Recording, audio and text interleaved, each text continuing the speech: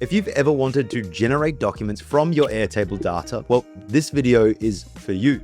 Because creating a document shouldn't take 30 minutes, and you most certainly shouldn't be switching between multiple tabs to get this done. Whether it's proposals, onboarding docs, or contracts, if you are still copying client details by hand and pasting it into your doc, you're simply wasting time. So let's fix that and turn your Airtable system into an automated document generator. Hey there, I'm Alex Knowles from automationhelpers.com, and we have helped hundreds of businesses streamline and automate their processes using industry-leading portals, apps, and integrations. In this video, we are going to take a simple Airtable setup like a CRM or sales pipeline and use it to automatically generate documents, and also look at attaching those documents to emails and sending them off without you having to lift a finger. Now, the idea here is simple. Your data already lives in Airtable. So instead of copying it into documents, we'll use it to automatically generate a document for you. Now, there are a few different ways that we can generate a document with Airtable through your Airtable system. The first option being extensions, which is usually the most direct place to start if you are looking at generating documents from your data. You can easily add an extension by jumping into a table and selecting tools. Here we have our deals table, and we're just going to select to add an extension. Then we'll select the Airtable page designer. However, there are other extensions you could use for this, like the document generator just there. But this page designer is created by Airtable, so it's the most trusted way of doing this. So once you're ready, you'll add that extension, which is going to open the editor. Now, a document is going to be generated through the page designer directly from a table. So if you have client details or information living in separate details, well, you're going to need to pull them into a single individual table, either through a linked record or a lookup field, because it can only create the document from values in the one table. Once that editor opens, you'll be prompted to select the table that you want to pull your values from and the size. So we're just going to go A4, portrait, done. Here we can see we've got some text boxes already. I'm just going to delete that. And here we'll see that we have Tony Stark, which is the deal name. We can see that filled up there. Now let's just delete this and start with a blank slate. So you can bring in your client details, your information, your Airtable data via the fields from your table or a static element. We'll see we have image and text. Yep, you can bring images into your documents. However, as we saw, if we were to bring in lead for this example through the table, we've got name and Tony Stark. There's nothing else that we can do with that. So the best process to do is to pull in a static element like this. We'll pull this up to the top and we'll notice that we've got content here. All you need to do now is to type in your field name. For instance, lead. That's going to be replaced with Tony Stark. Then we can include further text. So here's a document that I prepared earlier. We can see that we've got Tony Stark of Stark Industries. That's because we're pulling in the deal name as well as executive summary. However, what you would have noticed on the last document we looked at, that was getting cut off because the text box was only yay high. And this is a limitation of the page designer. So we've got the title. We're able to format and change the copy or the text formatting on the side panel here, as well as the alignment, borders, and all of that. Above, we're able to skip through, not skip, but move through, navigate through our records. So right now we're on Tony Stark. Next, we'll move to Victor Stone, Peter Parker, Bruce Wayne, and we can open up our record in a expanded view to see what details we've actually got there. Again, if you do need to pull through info that lives in another table, well, you're going to have to bring it into the table that you're currently using, as we saw earlier, the selection. So from here, the process is really simple. You're just going to include text elements or text boxes, include your text, and then pull in the values from your table by using a placeholder. Company, service, close date. However, we see a limitation already is that if you have, for instance, a field for an executive summary, and for one record or one client, that's a very long executive summary, and for another, well, you're going to have to ensure that your text box is large enough for that longer executive summary to be piped in and populated. But then, of course, you're risking the structure and the look, a professional look of your document. So from there, you'll build out a template from the page designer using those text boxes, those elements. And then when you are ready to actually bring in or generate a document, you'll have to jump into tools, extensions, you'll open it, or you can just quickly select print and you're able to download the document. There's a limitation there because after you download that, then you'll have to actually jump in and upload the file here. So straight away, we can see some limitations with the page designer. The first being, well, it's not really an automated process. It's not exactly a document automation because, well, yes, it is formatted and templatized. You're still going to have to manually download that file and then re-upload it to the PDF or the file. The second limitation is the formatting issue. Because it is dynamic data and it doesn't actually have the smarts to be able to decide when it should include a text box of a certain size, either your text is going to be cut off because it's too long, or you're going to have a document that is too widely spaced out and doesn't really look that professional. Of course, depending on the record. However, this is probably the fastest way that you can set up document generation using your Airtable data. And it most certainly does fast track the creation process. But there are other processes that we can use to actually automate this. So let's take a look. We'll look at the second option, which is using Airtable automations, where you trigger a document generation workflow from something happening in your Airtable base. So we'll jump into automations and we'll use a trigger when deal status is equal to ready for proposal. But here's the important part. Airtable doesn't actually generate the document for you. Instead, it takes the Airtable data and sends it to another tool, which will generate it on your behalf. Now, there are a couple of common ways that you can actually do this. The first will be using a webhook, and the second will be a run script step. So using a webhook is when Airtable sends data out to a tool like Make or Zapier, an automation tool, which then processes it, and then you can set up actions to generate a document from that data. The second option, the run script step, is where you can send that data directly via an external API. If you are eager to learn more about those processes, webhooks from Airtable and the run a script step, I've left some links in the description of this video for other videos we've created, or check out our Airtable playlist because there's plenty of content there. But in practice, both approaches follow a similar process. They're taking your Airtable data and then passing it to another service, another tool to actually generate that document. The difference here is flexibility and how much control you actually want on this process. So with a webhook and a tool like Make or Zapier, you're working in a no-code visual builder. You can visualize that workflow, map your fields, handle things like storing or sending the document without having to worry about code.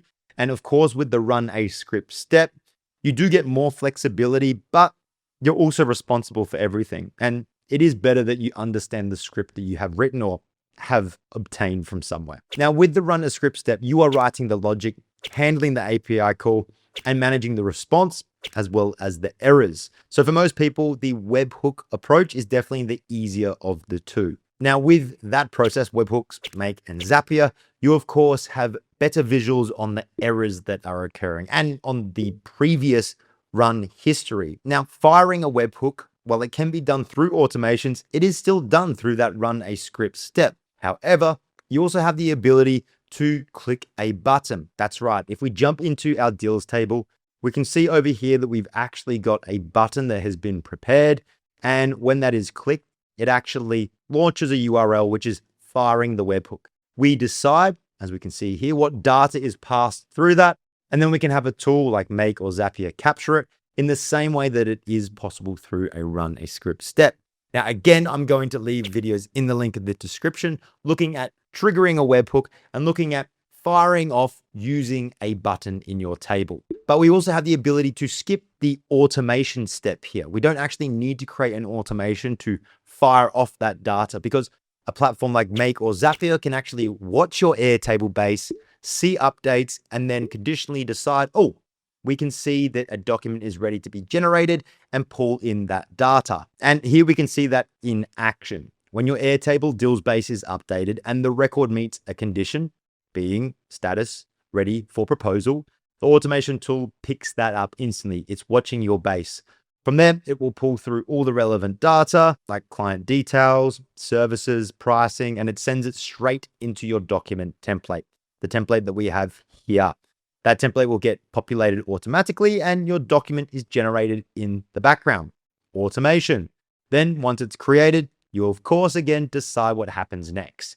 You might save it to Google Drive, you might send it to the client, you might push it back and attach it to that record, or the URL will be linked in that record, or you might do all of it so that everything stays connected. So instead of Airtable triggering that process, it's the automation tool itself that watches your base and then goes, yes, we are ready to generate a document. Now, this is a slightly different setup, but you do need to note that because we are running this through an automation tool, similar to the webhook process, that you're going to have to pay a subscription for that platform. Now, the processes that we have looked at work well, they're flexible. However, there is setup required. So instead of working through that setup process, you could opt for using a tool that is specifically designed for document generation.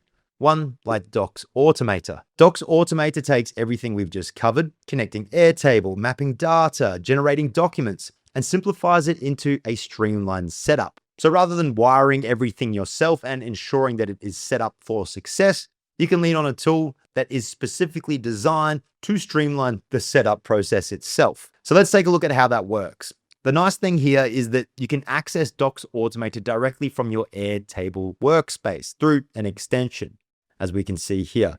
That way, it sits right inside your base, which makes this whole setup feel a lot more organic and integrated compared to jumping between tabs. However, a limitation is that it's only available on the enterprise plan. So you can expect to pay a pretty penny for it. So instead of working through extensions or stitching tools together, we're going to use Docs Automator directly, natively, which gives us much more focused steps and an easier setup. It's clean, it's easy to use, it's specifically created for this document generation process. Now, the first step is to connect Airtable, your Airtable account, to Docs Automator. Simple enough. You'll select your base, and then you'll choose the table you want to work with. In this case, your deals or sales pipeline, or for our example, our deals table. From there, you connect your Google account and select the Google Docs template you want to use. However, and kudos to Docs Automator for this, they have a library of beautifully crafted document templates that look incredibly professional. So you definitely want to jump in and check those out. But for our video, for the sake of this, to keep things simple, we're going to use that simple template that we saw earlier. Now, Docs Automator will automatically read the template and define what those placeholders are. However, I do need to make this an important point. If you are inserting placeholders into your Google Docs, then ensure that you are including 2 curly brackets, because I see a lot of people just including 1 curly bracket and then wondering why this isn't working. Now, one really powerful feature inside Docs Automator is the ability to work with dynamic rows of data, or what we might call line items. Think invoices. You've got a winner here. Instead of just filling in single fields like client name or price, you can actually generate entire tables inside your document that expand based on the size of your data or how much data you have. With line items, each of those gets added automatically as its own row in the document. So if there's 1 item, you get 1 row. If there's 5 items, you get 5 rows. And all of this is formatted correctly without you needing to adjust anything and without a messy document output. If you are using an automation through Zapier or Make and you are directly using Google Docs to create a file from a template, you're still going to run into some similar issues that we saw with the page designer. Beyond this, you also have the ability to control visibility of sections. So let's say you only want to show certain content if a specific service is included in the deal. You can set up conditional sections that show or hide based on that Airtable data. Let's say, for instance, you've got a deal, and with that deal, you're providing 2 services out of your 3. You can have a document that includes all 3, but because this particular deal, this particular client is only selecting 2 of the services, well, that 3rd is hidden. So kudos to Docs Automator there. And this is something that turns a simple document automation into something that feels much more like a dynamic, scalable workflow. And on top of that, you can also add an e-signature field directly into your documents. So instead of generating a document and then sending it off to another tool to get signed, you can include signature fields as part of the document itself, which means when the document is created, it's already ready for signing or approval, whether that's by you, a team member, the client, or all three. Now, once your document is ready, you'll map your Airtable data to each of the placeholders. And the UI here and the fill and the ease of use makes this such a simple setup. As you can see, you're just selecting your Airtable data, your field, to which of the placeholders it's going to replace. After this, you then select your output. So you can choose whether you want to generate a Google Doc or a PDF, the dimensions and the formatting. And that's, of course, depending on how you plan to use your document. And then this is where things get really powerful. You can define what happens after the document is generated. Similar to the steps and actions that we can include in an automation tool like Zapier or the actions in Airtable automations, we have the ability to send the document via email, merge it with other PDFs, or even trigger a webhook to kick off a completely separate workflow within another tool or system. And if you're working with approvals or agreements, you can enable e-signatures right here as part of that same process. It's pretty consistent that when a document is created that you need to get approval from a manager or another team member. Well, you can have this baked directly into your process. From there, the document gets created, stored, sent, and even signed all automatically. And this is where the real value comes in, because now your Airtable system isn't just organizing data, and it's not just generating documents, it's handling the work that comes after it. So let's check this out in action. Here in our CRM, we've got a deal, Victor Stone, Cyborg Tech, 13,000, close date. So let's change that status to ready for proposal. This will automatically trigger an automation through Docs Automator, which is going to generate a document for us. Then I had it set so that it would send an email with an e-signature field. So if I jump into my emails, there we can see that email has been received, and we open the document, boom, there we go. Think about drafting, copying client details, attaching to emails, and sending it off with an email body. All of that is now automated, so you and your team can focus on the more important aspects of your business, moving the needle. If you've watched this on the other side of the screen and thought, I want to implement one of those processes in my business, well, check out the description of this video because I've left a link in there to get started, or reach out to us directly at automationhelpers.com, where our team of experts are offering a free 30-minute consultation. So book yours today.